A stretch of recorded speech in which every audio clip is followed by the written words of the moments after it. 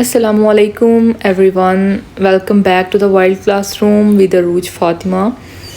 So whether you are preparing for exams like PPSC or aiming for the post of Assistant Director of Fisheries or simply passionate about marine conservation, this session will give you a deep understanding of how international institutions protect aquatic ecosystem and support coastal communities worldwide.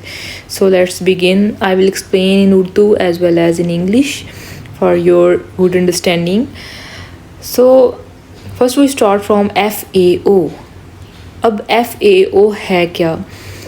अब हमने one by one उन तमाम international organisations को पढ़ना है, उनके बारे में पढ़ना है, कब वो इस्टेब्लिश हुई, उनके हेडक्वार्टर्स कौन से हैं, उनके रोल्स क्या हैं, ठीक है, जो फिशरीज़ मैनेजमेंट में अपना किरदार अदा कर रही हैं।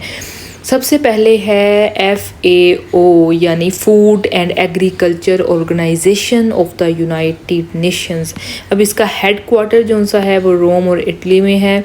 इस्टेब्लिश हुई थी, इट वाज इस्टेब्लिश इन 1945। अब इसका पर्पस क्या था? Its purpose is to eradicate hunger, food insecurity and malnutrition यानी भूख को कम करना और जो ग़िज़ाई किल्लत है उसको कम करना, ठीक है, ताकि ज़्यादा से ज़्यादा खुराक प्रोड्यूस की जाए और मेल न्यूट्रिशन जो सी है उसकी रोकथाम की जाए। फ़िशरीज़ में इसका क्या किरदार है? फ़िशरीज़ में इसका रोल है develops the code of conduct for responsible फ़िशरीज़। Mean के Code of Conduct for Responsible Fisheries, a global guideline for sustainable and ethical fishing practice। मतलब कि इन्होंने ऐसी गाइडलाइन प्रोवाइड करनी है जो सस्टेनेबल और एथिकल हों फिशिंग प्रैक्टिसेस में, ठीक है। Now publishes the Sofia report। अब they publish the state of world fisheries and aquaculture every 2 years। हर 2 साल बाद ये जो दुनिया में फ़िशरीज़ की स्टेट है उसको पब्लिश करते हैं और एक्वाकल्चर की क्या सूरत हाल है उसको पब्लिश करते हैं। The Sofia report is the most reliable global report on the fish stocks and industry trends। तो ये most reliable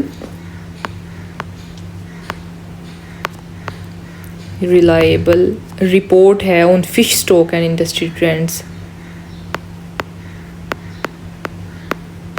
ठीक है।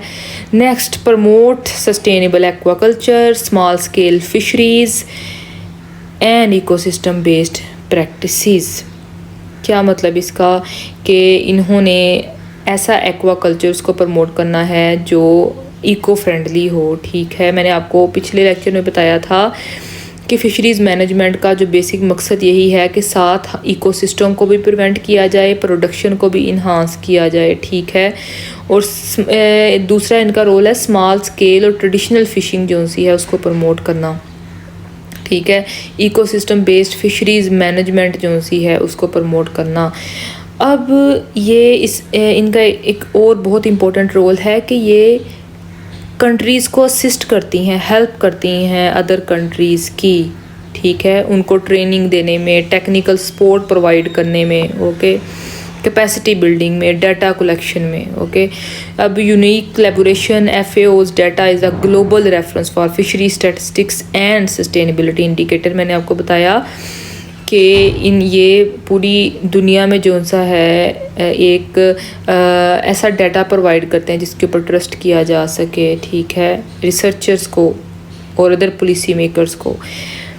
देन सेकंड है हमारे पास organization UNEP, united nations environment programme, ठीक है। अब इसमें भी आपको इसके नेम से पता चल रहा है कि एक तो जो सी है इन्वायरमेंट को इन्होंने प्रोटेक्ट करना है, ठीक है। सबसे इनका बेसिक जो मकसद ये है वो इन्वायरमेंट से रिलेटेड है।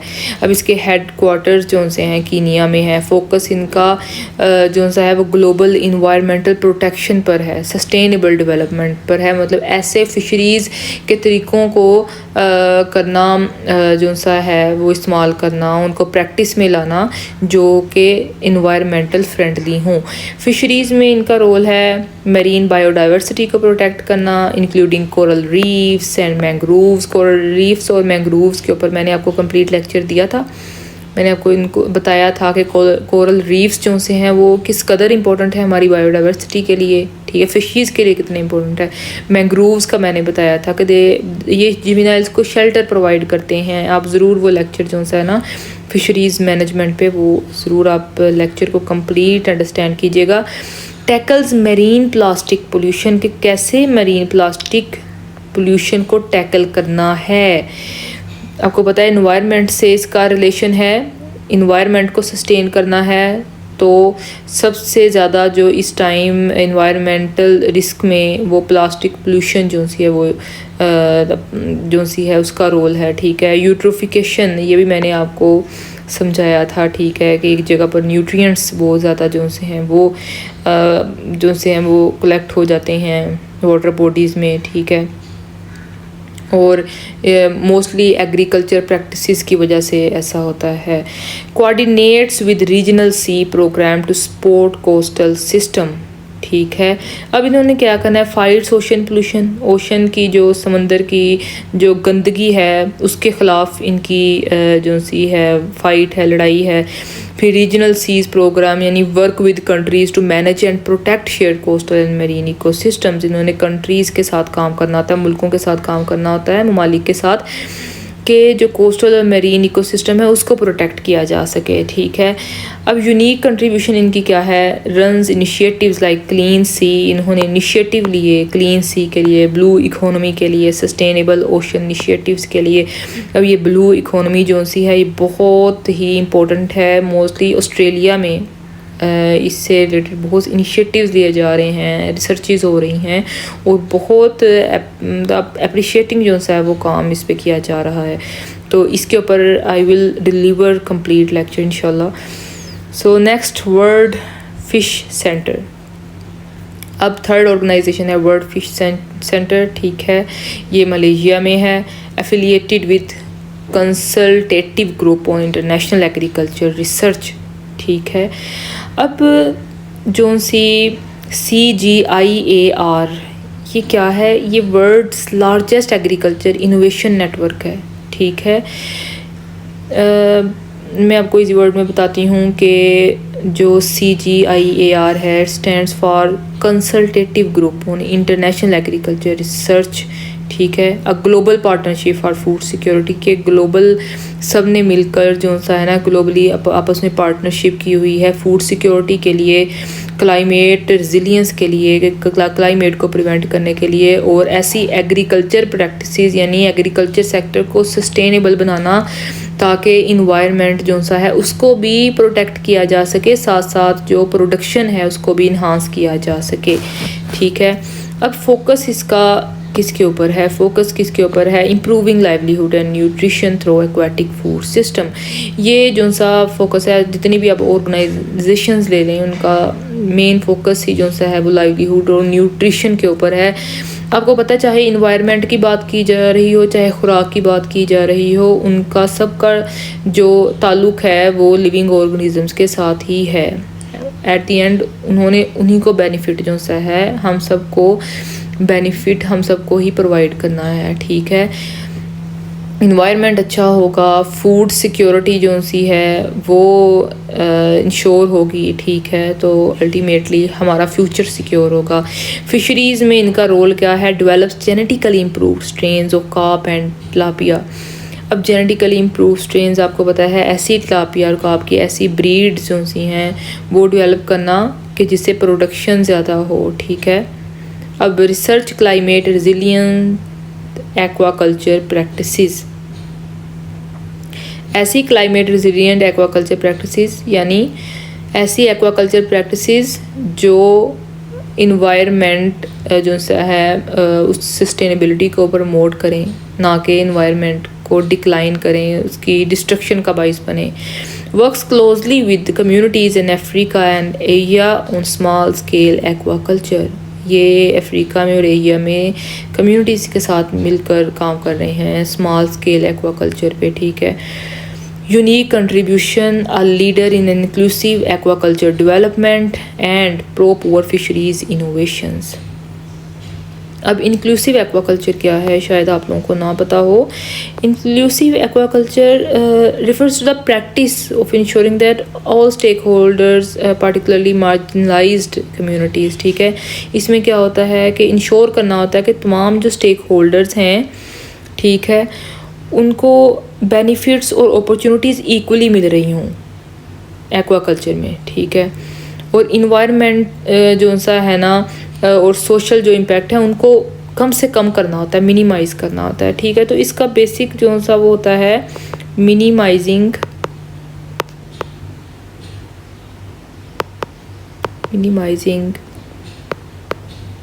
इन्वायरमेंटल एंड सोशल इम्पैक्ट्स को मिनिमाइज़ करना, और जो स्टेक होल्डर्स है उनके दरमियान इक्वालिटी हो, ठीक है, उनको इक्वली बेनिफिट्स स्टेक होल्डर्स को, ठीक है, कम्युनिटीज़ को उनको इक्वली बेनिफिट्स जो उनसे और अपॉर्चुनिटीज़ मिल रही हों। नेक्स्ट है ICES, international council for the exploration of the sea. अब ये क्या है? अब it was founded in 1902, primarily the north Atlantic, ठीक है। अब जो ICE है ये एक ओल्डेस्ट और most respected marine science organization है, oldest and respected plus most respected marine organization है, ठीक है। It's evidence based advice is crucial for managing fisheries sustainability across North Atlantic, especially for species like cod and mackerel, ठीक है। इनकी जो advice है वो बहुत अहमियत की हामिल है फिशरीज़ मैनेजमेंट में सस्टेनेबिलिटी के लिए, ठीक है, specifically across the north Atlantic. Now अब इसका रोल मैंने आपको बताया कि साइंटिफिक एविडेंस प्रोवाइड करती है, ठीक है, फ़िश स्टॉक्स पर और कैच लिमिट पर कि कितनी कैच लिमिट होनी चाहिए। फिर collaborate with the European union and north Atlantic states on sustainable Kota's, conduct long term ecosystem monitoring in the north Atlantic oceans. अब देखें कि सारी ऑर्गेनाइजेशन का जो बुनियादी मकसद है वो इकोसिस्टम को जो सा है ना वो सस्टेन करना है, के साथ साथ ऐसी प्रैक्टिसेस जो सी हैं उनको प्रमोट करना जो प्रोडक्शन को भी इन्हांस करें, और साथ साथ इंश्योर करना कि इकोसिस्टम जो सी है इकोसिस्टम सस्टेनेबिलिटी को इंश्योर करना, ठीक है। अब इनका जो यूनिक कंट्रीब्यूशन है evidence based fish stock management and north Atlantic ecosystem research, okay. अब अदर नोटवर्दी ऑर्गेनाइजेशन कौन सी और दूसरी ऑर्गेनाइजेशन हैं जो बहुत इंपॉर्टेंट हैं, उसमें IUCN है, ठीक है, international union for conservation of nature, इसका रोल है red list of threaten aquatic species में। दैन WWF है वर्ल्ड वाइल्ड लाइफ फंड, इनका रोल है sustainable sea food through marine stewardship council. Global ocean commission है, ये एक ऑर्गेनाइजेशन है, इसका policies on high seas governance, ठीक है। और MSC मरीन स्टीवर्डशिप काउंसिल है, eco labelling for sustainably caught fish, ये हम नेक्स्ट अभी इनको डिटेल में मैं आपको समझाती हूँ। IUCN international union for conservation of nature, इसका हेडक्वार्टर स्विट्ज़रलैंड में है, ग्लैंड में, ठीक है। इट वाज एस्टैब्लिश इन 1948। अब इसका मिशन क्या था? इसका मिशन था टू कंजर्व नेचर को कंजर्व करना, ठीक है, नेचर को बचाना, ensure the sustainable use of nature resources.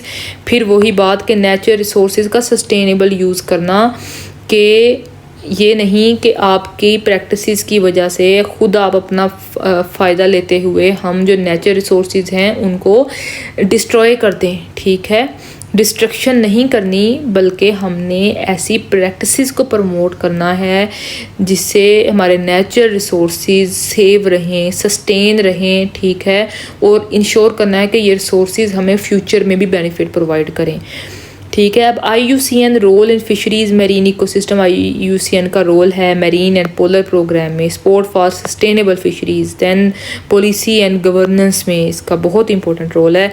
Next है WWF world wide fund for nature, इसके हेडक्वार्टर भी ग्लैंडर स्विट्ज़रलैंड में है। It was establish in 1961 to build a future in which people live in harmony and with nature. ठीक है, इनका mission भी जो सा है बाकी सबके साथ अलाइन कर रहा है। WWF role in fisheries and ocean conservation में इनका रोल है। सस्टेनेबल सी फूड इनिशिएटिव्स में combating over fishing and by catch, कि ओवर फिशिंग जो सी है उसको रोकना और बाई कैच जो सा है ना उसको प्रोटेक्ट करना। बाई कैच मैंने आपको बताया था कि नॉन टारगेट स्पीशीज़ जो सी होती हैं उनको कहते हैं कि ऐसी स्पीशीज़ का पकड़ा जाना जो हमारा टारगेट नहीं थी। ट्रेसेबिलिटी एंड मार्केट रिफॉर्म, ठीक है, और fishery science and community engagement में इनका रोल है, और मेरीन प्रोटेक्टेड एरियाज़ में MPAs में। देन अब कंक्लूजन क्या है इस पूरे लेक्चर की, ठीक है।